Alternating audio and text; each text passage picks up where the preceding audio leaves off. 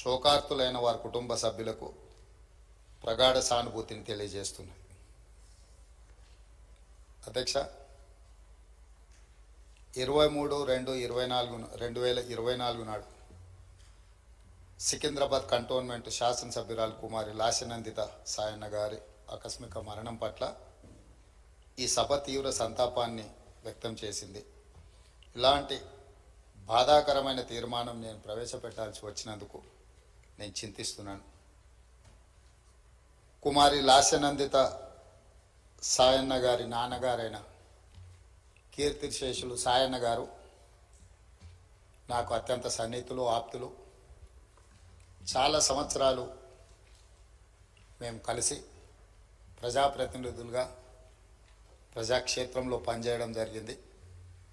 సాయన్న గారు అత్యంత సామాన్యమైన కుటుంబంలో 1951 వల్లభానగర్ నిజామాబాద్ జిల్లాలో జన్మించి కష్టపడి వారు 5 సార్లు శాసనసభ్యుడిగా ప్రజా జీవితంలో కంటోన్మెంట్ బోర్డు మెంబర్గా కంటోన్మెంట్ ప్రాంత ప్రజా సమస్యల పరిష్కారంలో వారు ఎనలేని కృషి చేసిండ్రు. వారు సిట్టింగ్ శాసనసభ్యుడిగా ఉన్నప్పుడే ప్రజా జీవితంలోనే వారు మరణించడం జరిగింది.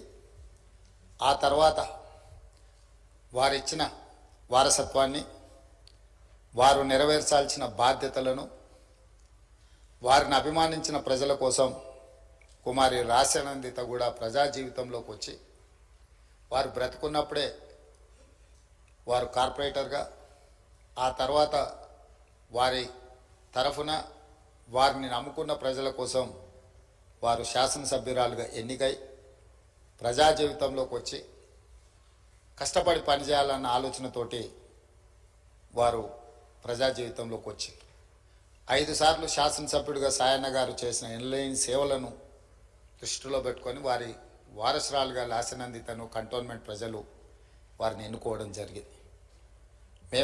మనమందరం కూడా 37 సంవత్సరాల చదువుకున్న ఒక యువతి, వెనుకబడిన సామాజిక వర్గాల నుంచి చైతన్యంతో ప్రజలకు సేవను అందించాలని ముందుకు వచ్చినప్పుడు మనందరం కూడా మహిళా సాధికారత కోసం ఎదురు చూస్తున్న వాళ్ళం. ఆ మహిళల తరఫున ప్రజాప్రతినిధి ఇక్కడికి వచ్చి సమస్యల పట్ల వారు చిత్తశుద్ధితో ఈ సభలో పోరాడతారని మనం అందరం భావించాం. కానీ ఔటర్ రింగ్ రోడ్లో వారు ప్రయాణం చేస్తున్న కారు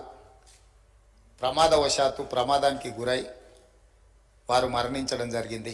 వారిని ప్రమాదం నుంచి హాస్పిటల్కు తీసుకెళ్తే అప్పటికే తలకు తీవ్రమైన గాయమై వారు మరణించిందని చెప్పి డాక్టర్లు చెప్పడం జరిగింది. వాస్తవంగా ఆ కుటుంబము ప్రజలతో ఉన్న సత్సంబంధాలు కంటోన్మెంట్ ప్రాంతంలోనే కాకుండా జిహెచ్ఎంసి పరిధిలో ఎవరిని అడిగినా కూడా ఆ కుటుంబం యొక్క ప్రజలతోనే ఉన్న సత్సంబంధాలు, ప్రజా సమస్యల మీద వారు చేసిన ప్రయత్నాలు ఎవరైనా చెప్తారు.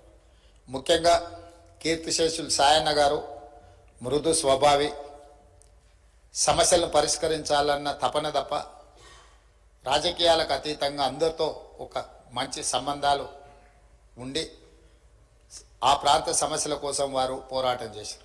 వారు కంటోన్మెంట్ ప్రాంతాన్ని జిహెచ్ఎంసీలో కలిపే విషయంలో కానీ, కంటోన్మెంట్ ప్రాంతంలో అక్కడ ఆర్మీ అధికారులు వాళ్ళ వల్ల కలుగుతున్న రోడ్ల ఇబ్బంది విషయంలో కానీ, ఎలివేటెడ్ కారిడార్ల విషయంలో కానీ చాలా విషయాలలో నేను పార్లమెంట్ సభ్యుడిగా డిఫెన్స్ కమిటీ మెంబర్గా ఉన్నప్పుడు సాయన్న గారు ఎన్నోసార్లు కంటోన్మెంట్ బోర్డు సమావేశాలలో ప్రస్తావించేవారు.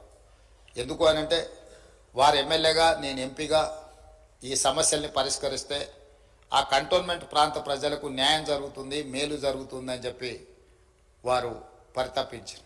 కానీ దురదృష్టవశాత్తు ఎలివేటెడ్ కారిడార్ల అనుమతి, అదేవిధంగా కంటోన్మెంట్ ప్రాంతాన్ని జిహెచ్ఎంసీలో కలపడానికి అనుమతి వచ్చే సమయానికి వారు లేరు. వారి వారసురాలుగా వచ్చిన లాస్యనందిత గారైనా ఆ సందర్భంలో ఉంటే చాలా సంతోషపడి ఉండేవాళ్ళు. ఎందుకంటే సాయన్న గారి ప్రజలకు ఇచ్చిన మాట నెరవేరిందని.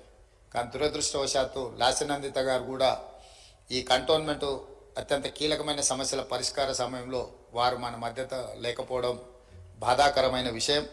ఏది ఏమైనా కంటోన్మెంట్ ప్రజల హృదయాలలో సాయన్న గారు కానీ, సాయన్న గారి కుమార్తె వారసురాలు లాస్యనందిత గారు కానీ శాశ్వతంగా ప్రజల హృదయాలలో నిలిచిపోతారు.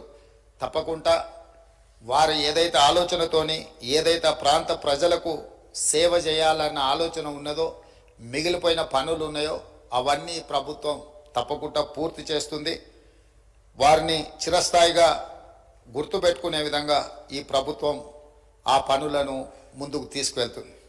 అందుకే అధ్యక్ష, ఆమె మృతి పట్ల ప్రగాఢ సంతాపాన్ని నేను ప్రకటిస్తున్నాను. శోకార్తులైన వారి కుటుంబానికి ప్రగాఢ సానుభూతిని తెలియజేస్తూ ఈ తీర్మానాన్ని ప్రవేశపెట్టడం జరిగింది అధ్యక్ష. ధన్యవాదాలు. శ్రీ కేటీ రామారావు గారు. అధ్యక్ష, ముందుగా తమరికి ధన్యవాదాలు అధ్యక్ష. ఎందుకంటే